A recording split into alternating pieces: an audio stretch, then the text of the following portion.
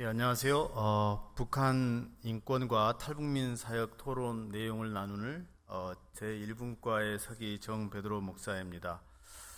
어, 저희 분과는 사회를 보신 이규현 목사님의 사회로 정시에 시작을 하였습니다. 그리고 지금부터는 그 발제를 하셨던 이빌립 목사님의 내용을 간단히 말씀드리고 그걸 근거로 어떠한 내용이 선언문에 들어갈 건지에 대한 제안을 정리하여서 말씀드리겠습니다. 북한과 통일 선교의 여러 영역 가운데 5가지 영역이 있는데 인문, 연문, 안문, 뒷문, 영문 선교 가운데 우리가 중요한 영문 선교를 위하여서 어떻게 하면 뒷문 사역을 잘 해야 될 것인가라는 이 부분에 있어서 북한 인권 이해를 하는 데 있어서 현재 진행되고 있는 탈북민의 사역 현장 사역자이신 이빌립 목사님의 그 통일소망선교회와 예수제자원의 그러한 사례들을 통해서 탈북자, 해외 체류 탈북자들과 또 현재 탈북하고 있는 탈북자들의 그러한 보호 가운데에서 밝혀지고 있는 인권 문제가 나중에 결집이 되었습니다. 첫째로 그 미션홈 사역을 통하여서 현재 제3국에 나와 있는 북한 동포들을 우리가 이해할 수가 있는데 북한 동포들의 그 탈북 루트 현장이 많이 공개가 되었습니다. 그리고 현재 두만강과 연변 압록강 지역으로 현재 탈북하고 있는 대다수의 탈북자들의 약 70에서 80%가 여성들이고 이 여성들의 심각한 인권 유린이 중국 현지에서 이루어지고 있다라는 것이 많이 발표가 되었습니다.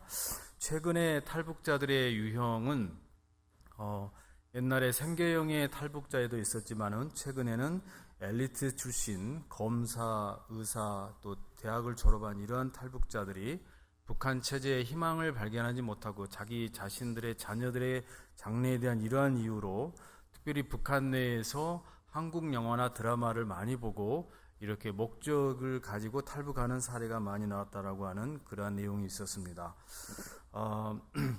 그런 과정 가운데 중국에서의 겪게 되는 인권 유린이 이렇게 미션홈 사역을 통하여서 많이 이렇게 정리가 되었습니다.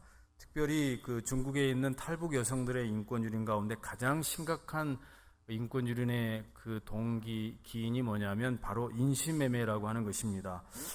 북한에서 먹고 살기 위해서 탈북한 여성들, 그 외 등등의 이유로 인해서 탈북하자마자 국경에서 기다리고 있는 브로커들에 의해서 북한 여성들 10대로부터 나이 많은 여성들까지 나이가 어릴수록 또 예쁠수록 많이 팔려다니는데 한두 차례는 아니고 수십 차례까지 팔려다니는 그러한 여성들이 지금 현재 중국에 있다라는 것입니다. 그리고 팔려다니는 여성들 그 앞에서 그 소녀의 어머니는 정신 이상에 걸려서 심각한 그 다른 인권의 그런 문제가 계속적으로 이어지고 있다는 것입니다. 이러한 그 인신매매 피해뿐만 아니라 또 다른 문제는 바로 강제 북송 피해 문제입니다.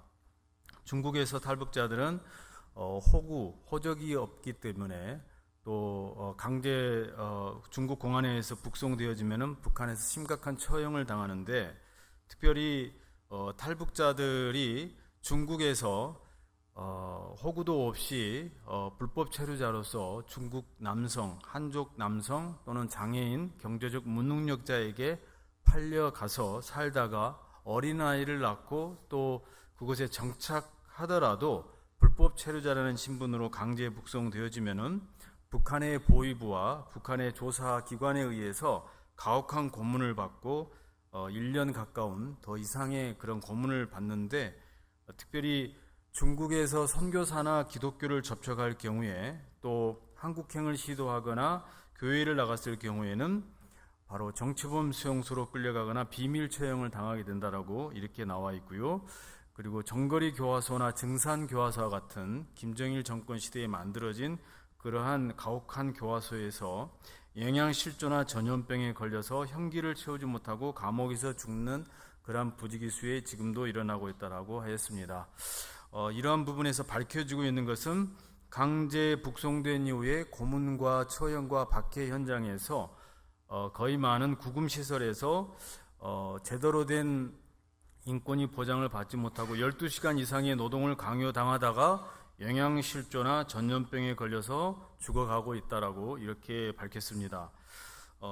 이런 상황임에도 불구하고 우리가 북한 동포들에게 복음을 전하고 있는데, 특별히 그 가운데 눈여겨볼 것은 제3국, 중국이나 라오스 등 제3국에서 이러한 탈북민들이 위기에 처해진 가운데서도 선교사님들에게 복음을 듣고 한국으로 들어왔을 경우에, 우리 지금 통일소망선교회 같은 경우에 3개월 동안의 복음 양육 사역을 통하여서 한국에 왔을 경우에 거의 70%가 한국에서 신앙생활을 하고 정착을 잘한다라는 그러한 크로스 체킹이 또 우리 이기원 목사님의 그 사회를 통하여서 지금 이제 사랑의 교회에 나오고 있는 탈북자들 통하여서도 이렇게 모니터링 결과 이렇게 밝혀졌습니다.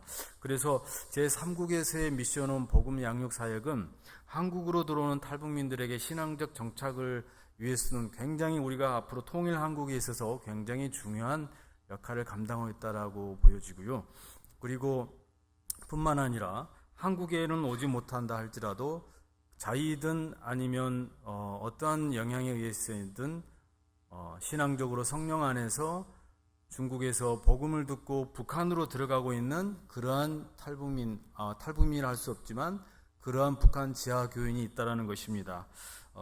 이러한 지하교인을 또한 파송하고 있고 북한으로 들어가고 있는 여러 가지 SD 카드나 여러 가지 장치를 통하여서 북한으로도 그러한 복음 전파가 들어가고 있다는 것입니다.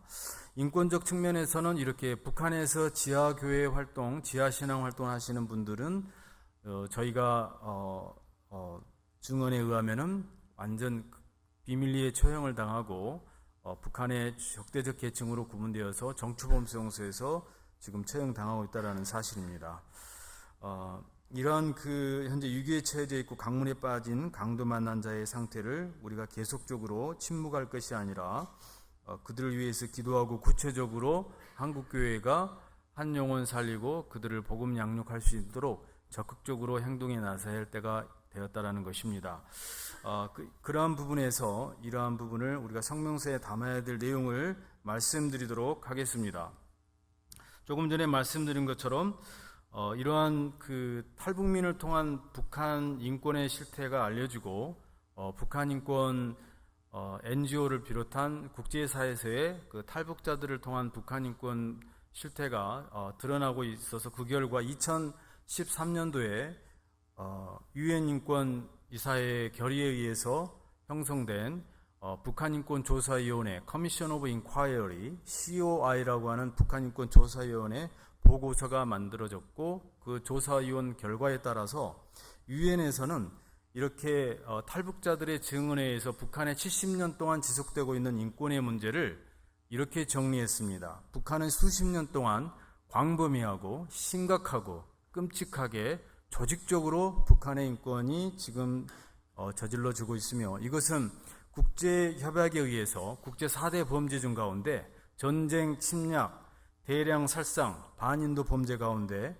바로 반인도 범죄에 해당되어서 이러한 북한 인권의 책임자를 국제형사재판소나 국제법정에 제소해야 된다라고 COI의 보고서에서 결론이 되어졌고 바로 이렇게 북한 인권의 문제를 바로 현장에서 증거 수집을 갖추고 이러한 증거 수집을 국제특별법정이나 국제형사재판소에 그 책임자를 세울 때까지 지속적으로 하도록 하기 위해서 바로 북한의 현장과 가장 밀접한 대한민국 서울에 UN 북한인권 현장사무소를 설치하도록 공고하여서 현재 UN 서울 사무소가 현재 설치되었습니다. 그래서 우리가 바로 북한의 인권은 민족, 종교, 피부색, 지역 이런 모든 것들을 초월하여서 바로 신앙적으로는 하나님께서 사람을 창조하여 하나님의 형상을 반영하고 인간이 누려야 할 권리, 기본적 권리가 바로 인권이기 때문에 바로 우리 기독교인이라도 북한의 인권 문제에서 침묵하지 않고 이 국제협약에 근거하고 보편적 가치에 따라서 바로 그런 성명서 내용이 담겨져야 된다는 것입니다. 그래서 결론적으로 저희 일분과에서 말씀드리는 성명서 초안의 내용은 바로 현재 지금 강제 북송 위기에 처해져 있는 탈북자들의 북송 위기에 처해져 있는 탈북자들의 문제에 대해서 한국교회를 비롯한 디아스포라 교회가 위기의식을 가지고 이러한 강도 만난 자의 탈북자들에 대한 강제 북송을 중지시키고 이들을 구출하는 일에 앞장서도록 요구합니다. 그리고 현재 중국 정부가 이렇게 국제협약에 따라서 난민으로 인정되고 비록 경제적 이유 때문에 불법 체류자라 하더라도 북한으로 북송되면 박해를 받을 우려가 있기 때문에 이들을 현장 난민으로 하고 있는 국제법에 따라서 우리 대한민국 교회가 중국에 있는 탈북자들을 난민으로 인정하고 중국 정부가 북송하지 않도록 해야 된다는 것을 성명서에 넣어주시기를 바랍니다. 그리고 아까도 말씀드린 것처럼 탈북자들이 한 명이라도 구출되어서 그들이 복음을 듣고 복음 통일에 하나님께서 그들을 사용하여 하나님이 만드신 그 형상대로 북한에서도 예배하고 찬양할 수 있도록 그들을 우리가 적극적으로 구출하여 살리는 일이 앞장서도록 우리 지블리를 비롯한 디아스포라와 한인교회가 앞장서 주기를 간절히 촉구하며 성명서에 넣어주시기를 바랍니다. 감사합니다. 네, 저희는 제2분과로 대북 지원 단체 관련해서 함께 시간을 가지게 되었습니다. 저희는 이제 발제 아닌 발제를 하신 우리 장로님 한 분이 계셨는데 조국을 푸르게 이제 조국이라는 단어가 또 들어가서 여러분들 조금 마음이 불편하신 분들이 있는지 모르겠습니다. 근데 조국을 푸르게 굉장히 여기서 느껴지는 뉘앙스가 어떠시죠? 그 조국을 푸르게 무슨 일을 하는 단체인 것 같습니까? 너무 인권에 대한 이야기를 하니까 좀 이제 여러분들이 지금 많이 얼어 있으신 것 같은데요. 여러분 조국을 푸르게 나무를 심는 것입니다. 나무를 심는 것인데 북한이 아시다시피 그 산림 녹지 자원이 굉장히 이제 피폐한 상황입니다. 그런데 이제 이 조국을 푸르게 이것은 이제 북한의 나무 심는 일을 통해서 이제 거의 매월 1회 정도 이렇게 계속 방문을 해 오셨고 또 9개 전국에 있는 그 북한 전역에 있는 9개 도에 실제로 이 나무를 심고 있는 일을 하고 계셨습니다. 이제 시간 관계상 저는 조금 짧게 하겠습니다.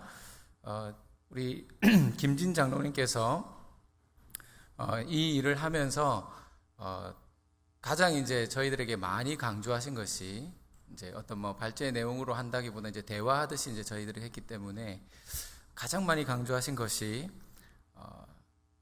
누구든지 기회가 열려 있다라는 것이죠. 누구든지 마음만 먹으면 대북 지원 활동에 관한 어떤 일들을 할 수 있고 또 이것은 영적인 문제랑 관련이 있다라는 것입니다. 그러니까 단순히 북한을 도와야 된다, 뭐 북한의 어떤 사회 경제적인 시스템들이 무너져 있어서 혹은 식량 문제가 있어서 혹은 교육적인 문제들이 있어서 이걸 뭐 채워줘야 된다 이런 차원보다는 북한에 가야 북한의 상황을 알 수 있고 북한에 들어가야 북한의 현실을 알 수 있다라는 것입니다. 우리가 이렇게 이제 이런 자리에서 뭔가 이야기를 듣고 정보를 들으면 우리가 듣고 알고 있는 정보와 그것으로 인해서 판단하는 우리의 생각, 그것이 이제 편견이 되어서 하나님께서 이제 북한을 통해서 무슨 일을 우리에게 하게 하실지, 어떻게 기도하게 하실지 이런 것들에 대해서 정확하게 더 파악하기가 힘들다는 것입니다. 실제로 들어가야 된다. 들어가려고 마음을 먹으면 얼마든지 누구든지 기회는 열려 있다. 만약에 잘 모르겠으면 나와 같이 들어갈 수 있다. 그래서 우리가 이제 이 장로님께서 주신 그 명함을 서로 막 받으려고 막 했는데요. 실제로 어떤 일이 있었냐면 이제 장로님을 통해서 그 통합 측 그리고 감리교 측 뭐 총회장을 위시해서 여러 목회자분들이 뭐 이렇게 지난 작년 같은 경우에는 17명이 이제 들어가신 적도 있었습니다. 그래서 실제로 그곳에서 설교도 하시고 또 다니면서 여러 활동들을 많이 하셨는데 그것을 통해서 이제 들어가신 우리 목사님들이 굉장히 많은 어떤 생각의 전환, 편견들을 내려놓는 그런 시간들이 되었다라는 이야기도 하셨고요. 그래서 지금 남북관계가 계속해서 정세에 의해서 자꾸 이렇게 좌우되는데 정세가 어떠하든지 우리가 들어왔던 얘기들 혹은 어떤 편견들 때문에 이거 할 수 있다 할 수 없다 이렇게 말하기 전에 모든 것은 하나님께서 하신다는 생각을 가지고 일단 칼을 뽑아야 된다라는 것입니다.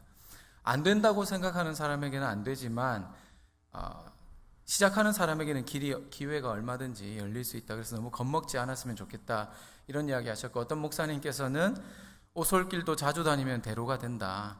현 정부 당국자들은 자꾸 일시적으로 8차선 대로를 쫙 열려고 하는데 오솔길을 자주 다니다 보면 언젠가 이것이 대로가 될 것이다 라는 거죠.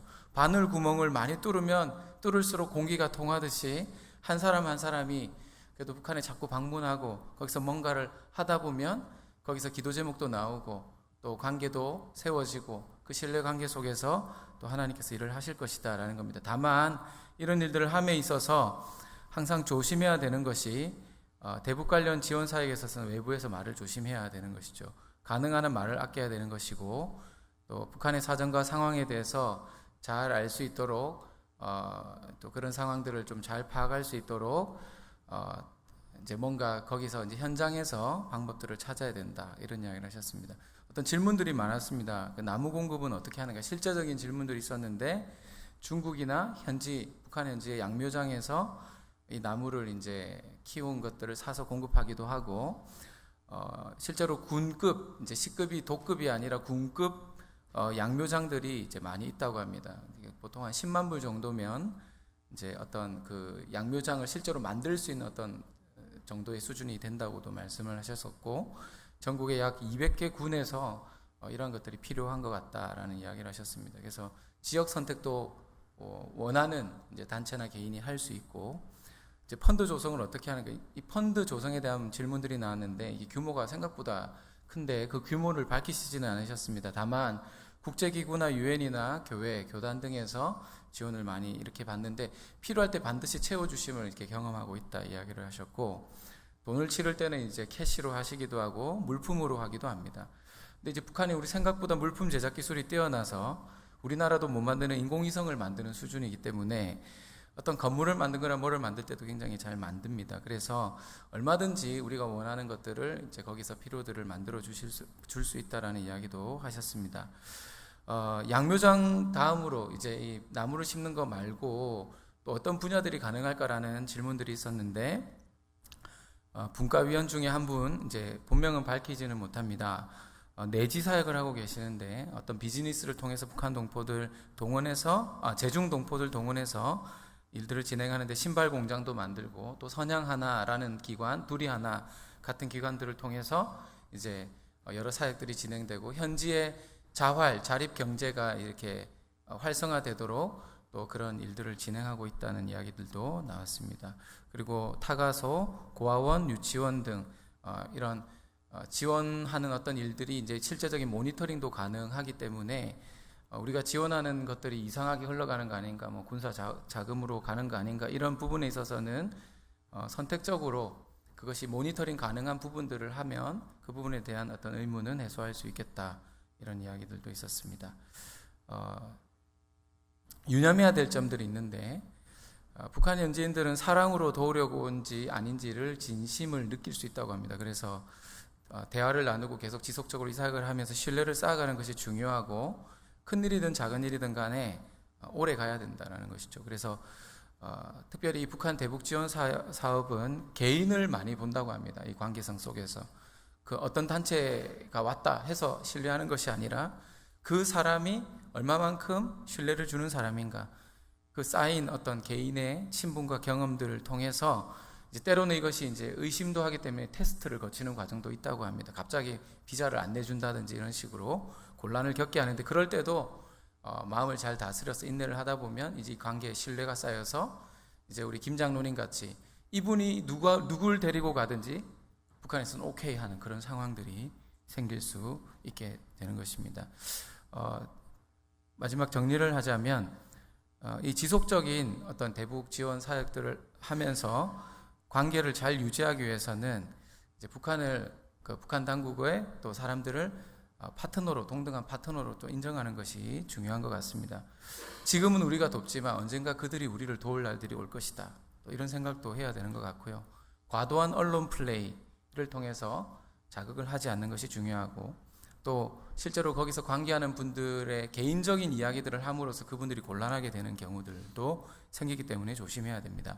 저들의 언어와 단어로 잘 설명을 해야 되는데 또 그런 것들이 오해를 불러일으키지 않도록 그렇게 할 필요가 있고, 지속적으로 꾸준히 이제 관계하되 뭐 같이 사진을 찍는다든지 뭐 어떤 보여주기식 행동으로는 신뢰를 쌓기 힘들기 때문에 그런 부분들을 좀 조심할 필요가 있겠다라는 것입니다. 예, 여기까지 하겠습니다.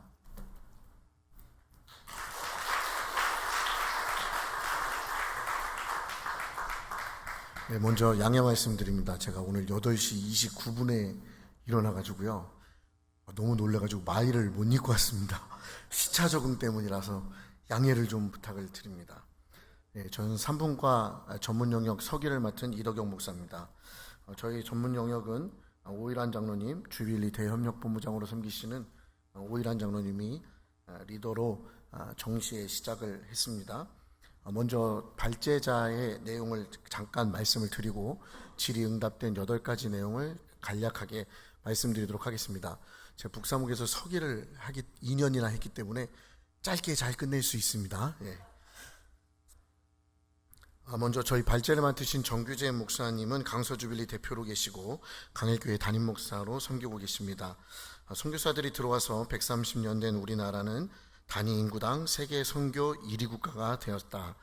북한 선교도 통일을 미리 살아가는 미래 일꾼을 준비해야 한다라고 말씀하셨고, 그래서 전통적인 선교 방법에서 벗어나서 전문인 선교가 필요한 상황이 되었다라고 했습니다. 전문인 선교 비즈니스의 성경적 배경은 사도행전 18장 2절로 3절 말씀인데요. 잘 아시는 것처럼 바울이 천막을 짓는 일을 하게 되고 브리스길라와 아굴라를 만나는 사건들에 대한 내용입니다. 바울의 직업 선교가 천막을 만드는 일을 주중에 했고 안식일에는 주일에는 말씀 사역을 했다라는 내용을 말씀해 주시면서 발제자가 아브람 카이퍼를 통해서 직업 선교의 의미를 찾았고, 이 아브람 카이퍼의 영역 주권을 통해서 본인은 그 우리나라의 이원영 국회의원처럼 이렇게 좀 전문 영역에서 헌신하기로 결단하셨다는 말씀하셨습니다. 그래서 우리가 일하는 곳이 선교지다라는 사명을 가지고 연변과학기술대학교의 교수로 재직을 하시면서 여러 가지 일들을 하셨는데요. 자연과학 중에서 그 생명공학을 전공하였고 김준건 목사님의 훈련 받으시고 98년에 연변과기대 교수 사역을 시작하셨습니다. 이러한 모든 내용들은 또 하나님이 예비하시고 준비하셔서 연변과기대 가시기 이전에 세포융합 기술을 또 이렇게 그 기술을 가지게 되시면서 풀무원 선임연구원으로 활동하신 이력도 가지고 계셨습니다. 그런데 이 모든 것들이 하나님이 먼저 이렇게 준비하게 하시고 또 그러한 것들을 통해서 하나님이 일하셨다라는 것을 말씀하셨습니다. 여러분들 드시는 팽이버섯이 원래는 이렇게 생긴 팽이버섯이 아니더라고요. 네, 정규재 목사님이 그 팽이버섯을 이렇게 지금 여러분이 드시는 팽이버섯으로 이렇게 세포 융합 기술인가요? 변환 기술을 통해서 뭐 이렇게 만드셨다라는 이야기들을 또 한번 해 주셨습니다. 오병이어 선교회랑 통해서 또 이렇게 콩이랑 메주 이런 것들을 또 이렇게 또 만드시는 그런 일들을 하시게 됐고요. 그래서 결국 이 모든 것들은 자신이 직업을 갖게 된 모든 것이 선교지다라는 생각을 가지고 하게 되면서 하나님이 이렇게 일을 하셨다라고 말씀해 주셨습니다. 그 가장 저희들 영역에서 중요한 부분은 66페이지와 67페이지에 잘 기록되어 있고요. 마지막으로 아까 말씀드린 그 아브람 카이퍼의 영역 주권 안에서 한 손에는 전공을, 한 손에는 성경을 이렇게 들고 사역해야 된다라고 강조해 주셨고, 우리가 21세기의 다음 세대들, 느헤미야와 같은, 다니엘과 에스라 같은 각 전문 영역에서 다음 세대들을 잘 키워나가야 하는 것이 우리 주빌리 안의 사명이다라는 것으로 마지막 맞춰 주셨습니다. 이에 대해서 질의응답을 한 8가지 정도 저희가 받았는데요. 첫 번째는 우리 박상원 목사님, 기도원 동족선교회 대표로 계시고 시애틀 총무신데요. 지향하고 있던 북한 사역은 전문 사역에서의 연합이었다. 빵 하나 만드는 것도 팀이 필요하다는 것을 알았다. 그래서 실제로 기도원 동족선교단체를 만들었다고 말씀하시면서 본인이 가지고 있었던 방향성에서 오늘 많은 도움을 받았다라고 말씀해 주셨고요. 두 번째로는 우리는 다음 세대들과 좀 같이 했었습니다. 그래서 트리니티 MDB 재학 중인 우성민 형제님이 이런 질문을 했습니다. 북한에 어떻게 복음을 삶으로 적용하면서 북한에 복음을 전할 수 있는가에 대해서 발제자는 답변을 이렇게 주셨습니다. 스마트폰 한류 문화 좋아한다. 이런 부분을 잘 활용하면 된다. 비즈니스를 접촉점으로 물고기를 잡는 방법을 가르쳐 줘야 한다. 따라서 청소년들이나 청년들이 통일시대에 자신의 전문 영역에서 어떤 역할을 할 것인지 미리 준비해야 한다. 전문 영역별 아카데미를 통해 공동체로 연합해야 한다라고 답변 주셨습니다. 세 번째로는 독일 사람들이 북한을 위해 기도하는 것을 보고 놀랐다. 그리고 북한 사람을 위해 사역을 시작했다. 그런데 시작하고 보니 북한에 대한 이해나 여러 부분에 대한 부족한 부분이 있다는 것을 알았다. 한인 디아스포라 2세들을 위한 북한 아카데미나 통일에 대한 특강이 있었으면 좋겠다라는 내용을 우리 김한나 자매님께서 제시해 주셨고요. 네 번째로는 기독교 내 문화예술 영역 안에 데이터베이스를 어떻게 구축할 수 있는가라는 질문이 있었습니다. 사진을 전공한 정양권 형제님이 주셨던 질문인데요. 이 질문에 대해서 발제자가 전문가 영역에 있는 사람들이 연합하는 것이 필요하다. 신학은 그런 면에서 접촉점과 균형을 잡는 데 도움이 된다. 콘텐츠, 즉 사진이 곧 메시지이기 때문이다. 주빌리와 다음 세대들이 함께하는 멘토링 리소스와 아카이브가 필요하다라는 답변을 주셨습니다. 다섯 번째로는 시카고 조선인교회 담임 목사님이신 정용근 목사님께서 조선족 청년들에게 전문 영역에서 선교를 알려야 하지 않겠는가라는 생각이 들었다고 하면서 청년들을 깨워야겠다는 생각을 했다고 말씀해 주셨습니다. 여섯 번째로는 전문 영역에서 인정받는 크리스천이 있다는 부분에 도전이 되었다. 주빌리 서밋이 청년들을 대상으로 있었으면 좋겠다. 미시간 중심으로 청년들을 대상으로 게더링 모임이 필요하다는 생각이 든다. 이런 의견도 있었습니다. 마지막입니다. 한국 사회에서는 통일이 점점 더 희미해져 간다고 생각을 한다. 특히 다음 세대들은 통일을 원하지 않는다. 다음 세대 설교자들도 통일에 대한 설교가 정치적이라고 생각해서 더 꺼린다. 목사님 교회에서는 어떻게 교회와 평신도들에게 통일 사역에 동참하고 계십니까? 라는 질문이 있었습니다. 이에 대해서 발제자는 교회는 목회자가 변해야 성도가 변한다. 선교적 차원에서 접근해야 한다. 한국말로 복음을 전하는 2,500만 명이 있다고 강일교회는 선포를 하신답니다. 그리고 축도할 때마다 북한 동포를 구원해 달라고 기도를 하신다고 합니다. 그래야만 성도들이 정체성을 가지고 북한 사람들을 위해 기도해야 한다. 기도할 수 있기 때문이다라고 설명해 주셨습니다. 마지막으로 저희 전문인 영역에서의 저희들 TFT에 대한 모임에 대한 서밋 성명서는 박상원 목사님 시애틀 주빌리 총무로 계시고 또 기도원 동족선교회 대표로 계시는 박상원 목사님이 대표가 저희 전문 영역에서는 한 분이 되셔서 서밋 성명서에 잘 반영할 수 있도록 하기로 하셨습니다. 이상입니다.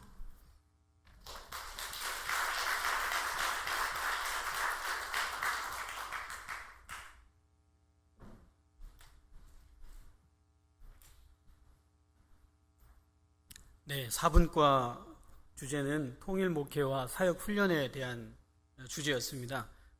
우리 발제는 세이막 나룻교회 목회하고 계시는 우리 마요한 목사님께서 해주셨고요.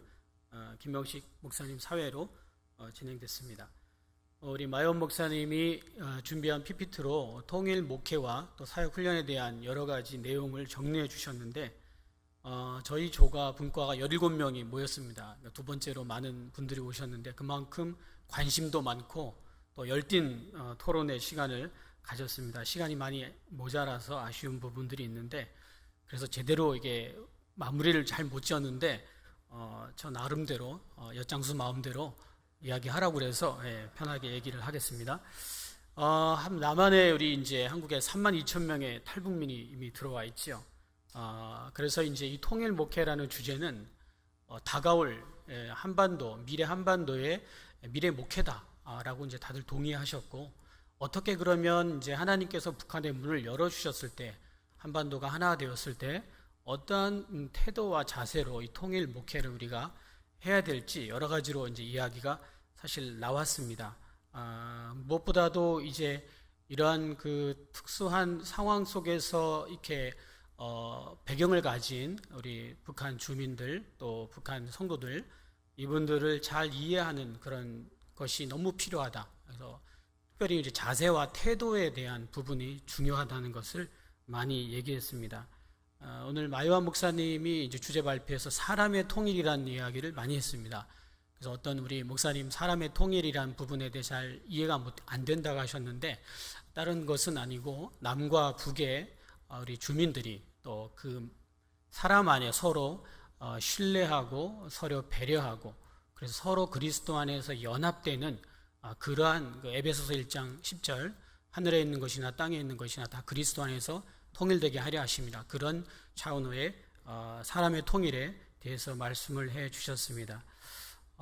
특별히 그 한국 교회에 이제 탈북민들이 1995년부터 들어오길 시작했고, 그때는 뭐 기순 용사 위주로 들어왔지만 그 후에 이제 급격하게 뭐 100명씩, 1000명씩 이렇게 들어오는 이제 시대가 되었죠. 그래서 이분들이 그 과정에서 탈북 과정에서 복음을 듣게 되거나 한국에 와서 이제 복음을 듣고 교회에 나오게 되었는데, 한국교회 처음 우리 탈북민들을 대한 태도가 그들을 좀 돕고 싶고 좀 불쌍히 여기는 마음으로 해줄 수 있는 방법이 사실은 돈을 주고 그렇게 이제 하는 것이 이제 처음 저희의 그 모습이었다고 이제 이렇게 이야기가 나왔습니다. 그런데 우리 마요한 목사님은 특별히 절대 돈을 주는 것은 바람직하지 않다. 근데 돈을 아예 주지 말라는 뜻은 아니고 그 상황과 또 그 개개인의 상황에 맞춰서 필요할 땐 돈을 주지만 그것이 이제 정형화된 폼처럼 이렇게 주어서는 안 된다. 특별히 영락교회가 우리 김영식 목사님이 말씀하셨는데 영락교회가 처음 돈을 줬다고 합니다. 그래서 이제 4주 꼬박 교회를 나오게 되면 월 50만 원씩 이제 줬는데, 이제 그런 것을 이제 그 좀 나쁘게 이제 활용하신 분들이 있어서 뭐 이 교회 저 교회 등록을 하고 그래서 여기서 받고 얼른 다른 교회에서 또 받고 막 그렇게 했던 이제 부정적인 사례들이 있다 이런 얘기를 하셨고요. 물론 그들을 도와줘야 되는 것은 맞지만 참 지혜가 필요한 것 같습니다. 그래서 탈북민들을 이제 그 대할 때 우리가 이제 우리 마 목사님께서 얘기하는 것은 남한 성도들과 똑같이 대해줄 수 있으면 제일 좋겠다. 물론 그것이 이제 좀 관점의 차이는 있을 수 있지만 어차피 많은 그 시행착오도 겪고 또 이 물질이란 뭐 이런 것들도 어느 순간에 있어서는 우리가 계속 공급해 줄 수도 없고, 또 이제 궁극적으로 탈북민들이 우리 남한사에서 서로 같은 그 쉽게 하나 되기 위해서는 어렵더라도 원래 복음을 가르치고 남한 성도, 탈북 성도 구분 없이 똑같이 대해주고 또 야단칠 건 야단치고 그러는 가운데 올바로 신앙이 성장할 수 있도록 돕는 게 바람직하다 그런 얘기를 했습니다. 물론 사람이 변화하는 것은 시간이 많이 걸리죠. 우리 모든 사람들이 그런 것처럼 특히 탈북민들이 그 많은 그 시간에 그 변화하는 과정이 필요하다. 그래서 인내함으로 이 사역들을 진행해 나가야 된다고 또 이야기를 했습니다. 그리고 이종환 목사님이 또 나눠주신 경험을 얘기하면 물론 처음에는 조금 어렵게 탈북민들을 이제 처음에는 죄송합니다. 분리하지 않고 탈북민들과 남한 사람이라고 이렇게 분리하지 않고 서로 이제 가르치고 서로 배운다 이렇게 이야기를 했는데 남한 사람과 탈북민 사람들을 서로 똑같이 대했다는 거죠. 그래서 우리 마요한 목사님 이야기를 남한 교회라고 탈북민 교회라고 부르지 않고 오히려 그냥 일반적인 교회라고 그렇게 이제 생각하고 목회를 진행했다고 이렇게 이야기를 하셨습니다. 여러 내용들이 나왔는데 특별히 그 공통된 주제 중에 에베소서 1장 18절 말씀을 통해서 남한 성도든 탈북민 성도든 어찌하든지 그리스도 안에서 통일되게 하는 것이 바람직하다, 이런 이야기를 주로 했습니다. 그 이제 여러 얘기 중에서 탈북민 목사님들한테 더 많은 기회를 주는 거에 대해서 이야기가 나왔습니다. 통일이 되었을 때 남한 성도들을 또 탈북민 성도들을 함께 목회할 수 있는 그런 역량을 키우려면은 탈북민 목사님들한테도 대형 교회에서의 목회 경험도 필요하고 또 청빙을 받아서 단독 목회도 필요하고, 그렇게 모든 경험을 했을 때 남북의 성도들을 다 잘 섬길 수 있는 그런 역량을 가진 목회자들이 될 것이다라는 이야기를 또 하셨습니다. 근데 이제 우리 마 목사님이 주변에 있는 지금 그 한국 교회들이 신뢰할 만한 탈북민 사역자를 보내달라고 요청이 요즘에 많이 온다고 합니다. 그런데 이제 아쉬운 부분은 선뜻 이렇게 소개를 시켜줄 만한 그런 탈북민 목회자가 이렇게 많지 않다. 그래서 잘못 그 탈북민 목회자를 소개해줬을 때 오히려 그 목회자를 통해서 부정적인 영향을 받아 또 이제 잘못된 인식을 가질 수 있기 때문에, 그 얘기는 즉슨 그 많은 우리 좀 역량을 갖추고 잘 준비된 탈북민 목회자를 키우는 것이 절실하다고 이렇게 이야기를 해주셨습니다. 특별히 이제 우리가 많이 나눴던 내용 중에 하나는 그 탈북민 성도들을 어떻게 하면 잘 이해할 수 있느냐, 이것이 참 중요한데, 지금 우리가 여기 이곳에서 이민교회를 경험하신 많은 분들이 타문화를 경험하신 분들이 많습니다. 그래서 오히려 남한에서 쭉 성장하고 또 목회를 경력을 가지신 남한 성도님 그 목회자들보다도 이런 타문화를 경험하시고 또 마이너리티로서 외국에서 그렇게 경험해 보셨 분들이 오히려 탈북민 성도들과 더 잘 융합되고 또 그들이 다 그분들한테 마음을 쉽게 여는 것을 이제 보게 되면서, 어쩌면 이민교회에 가지고 있는 장점 중에 하나가 이런 것이 아닌가, 그런 이야기를 했습니다. 특히 이제 선교지를 경험하신 선교사님들도 오히려 탈북민 성도들을 이렇게 통일 목회를 하는데 좋은 그 장점을 가지고 있지 않겠냐, 있다고 그렇게 얘기를 했습니다. 특히 그 디아스포라 2세들 우리 이야기를 많이 했는데요.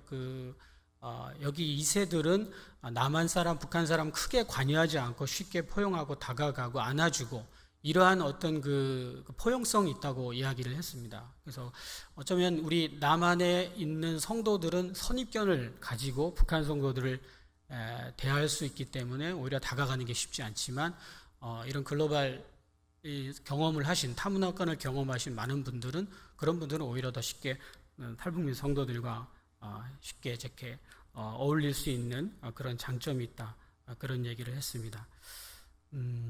그래서 이제 많은 이야기를 이제 했는데 시간이 좀 모자랐어요. 그래서 우리 그 탈북민 성도들을 잘 섬기려면 무엇보다도 그들을 잘 이해하는 것, 그들을 정말 제대로 된 복음을 가르쳐 줘야 되는데, 단순한 감정적인 접근으로 돕고 불쌍히 여기고 그런 것보다도 오히려 동일하게 남한 성도들과 함께 대하고, 또 복음 앞에 이제 이분들이 받아들이기 어려운 부분들이 있을 수 있지만 사랑 안에서 진리를 말하고, 또 이것이 한 번에 어떤 답을 가지고 통일 목회를 성공하는 것이 아니라 많은 시행착오와 또 어려움을 겪을지라도 사랑으로 이분들을 양육한다면 또 좋은 결과를 맺지 않겠는가, 그런 얘기를 했고요. 또 제안 중에 이미 그 통일 목회를 경험한 많은 탈북민 우리 목회자나 또 한국의 사역자들이 좋은 그 통일 선교 매뉴얼을 좀 만들어서 이제 따라오고 또 이제 앞으로 통일 목회를 준비하려고 하는 분들에게 제안을 해주면 좋겠다.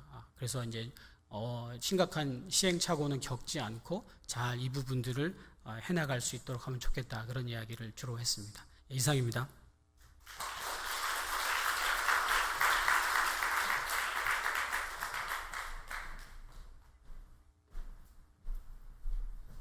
네, 5분간 한인 디아스포라 또 통일 기도의 주제에 관해서 토론한 내용들을 또 발제 내용들 말씀드리겠습니다. 주빌리 사무총장으로 섬기시는 오성호 목사님 발제해 주셨는데요. 통일을 기도하는 사람들은 하나님을 깊이 알아야 하고 용서의 마음과 역사의식, 민족의식을 갖고 있어야 하며 연합과 협력할 수 있는 마음을 가져야 한다고 말씀하여 주셨습니다. 기도할 때의 자세는 하나님의 결정에 순종할 수 있는 마음, 내가 아는 것이 전부가 아닐 수 있다는 겸손한 마음, 또 정권과 북한 주민을 구별할 수 있는 분별력과 십자가의 정신으로 기도해야 한다고 말씀하셨습니다. 특별히 좌우로 치우치지 않고 성경적인 관점을 갖고 기도해야 하며 특별히 미디어에서 주는 극단적인 관점들을 분별할 수 있어야 한다고 말씀하셨습니다. 기도할 때 우리 접촉을 통한 변화를 이끌어낼 수 있도록 기도해야 하고 북한의 대안 세력이 일어날 수 있도록 기도해야 한다.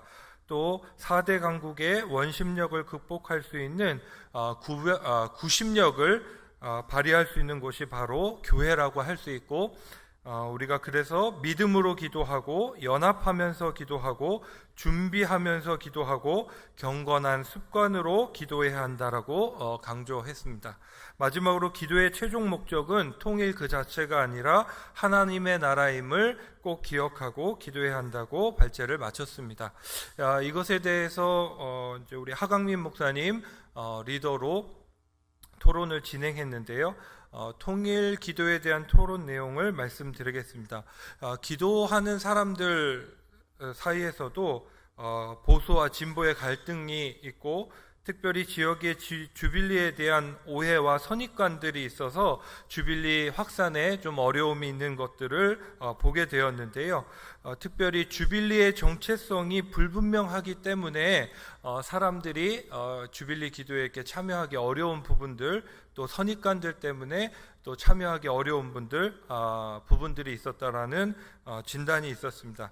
그래서 통일기도 확산을 위해 주빌리의 정체성을 세우는 것이 필요하고 이번 서밋을 통해서 주빌리의 정체성이 무엇인지 이렇게 좀 알릴 수 있는 성명문이 되기를 바란다는 제안이 있었습니다.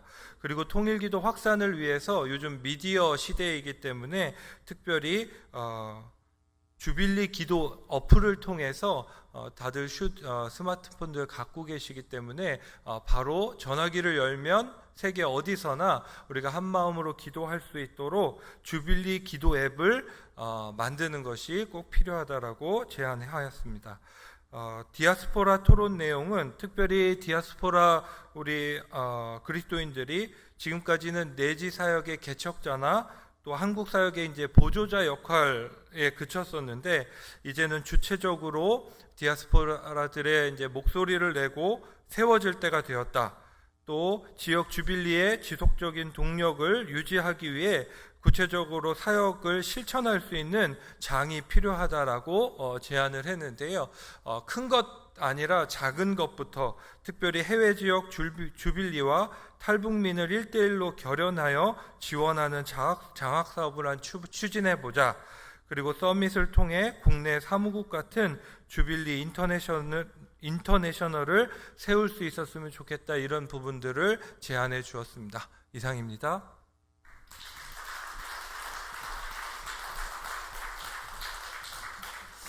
네, 각 분과에서 상당히 깊이 있는 내용들 그리고 실질적인 제안들이 있었던 것 같습니다. 이 부분들을 저희들이 잘 받아들이고 그래서 성명서에 담고 성명서는 이런 내용들이었으면 좋겠는데요. 이제 일단 서론이 있고 그 다음에 이제 각국의 정부, 특별히 이제 미국 정부를 향해서 우리가 요구해야 할 것, 그 다음에 한국 정부를 향해서 요구해야 할 것, 그리고 우리의 각오, 우리가 이제 이렇게 하겠다. 그 다음에 이제 한국 교회 또 해외 디아스포라 한인 교회를 향해서 우리가 요구해야 될 것, 뭐 이런 식으로 이제 정리가 될 것 같습니다. 그래서 이게 뭐 누군가가 다 정해 와가지고 우리가 그냥 이렇게 인준하는 이런 형태가 아니라 여러분 각 분과에서 나누어졌던 내용들이 성명서로 이렇게 잘 담아질 수 있도록 성명서 작성 TFT가 이렇게 구성을 하려고 합니다. 위원장으로는 저희 상임위원장이신 정성진 목사님이시고요. 그 위원으로 박성민 목사님, 권준 목사님, 김현배 목사님, 저와 오일환 장로님, 임현성 목사님 이렇게가 있고요. 그 다음에 여러분 각 분과에서 한 분씩 위원을 선정을 해주셔서 이 분과 여러분이 나누었던 내용들이 성명서에 잘 담길 수 있도록 그렇게 해주시면 되겠는데요.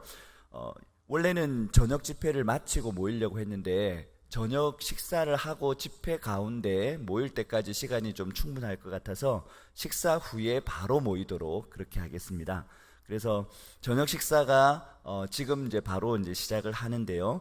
저녁 집회는 7시 30분입니다. 그래서 7시 20분 정도까지 여러분 충분히 좀 쉬시고 또 대화를 더 깊이 이렇게 나누실 때 TFT 각 분과에 이제 선정되신 분들은 새가족실로 새가족실로 6시 20분까지 오시는 걸로 그렇게 하겠습니다. 그러면 한 1시간 정도 각 이야기할 수 있는 시간들이 있으니까요. 성명서 작성 TFT1들은 6시 20분까지 빨리 식사를 마치시고 새가족실로 모여주시면 감사하겠고요. 나머지 분들은 7시 20분까지 교제하시고 또 좀 쉬시고 저녁 집회에 참여해 주시면 되겠습니다.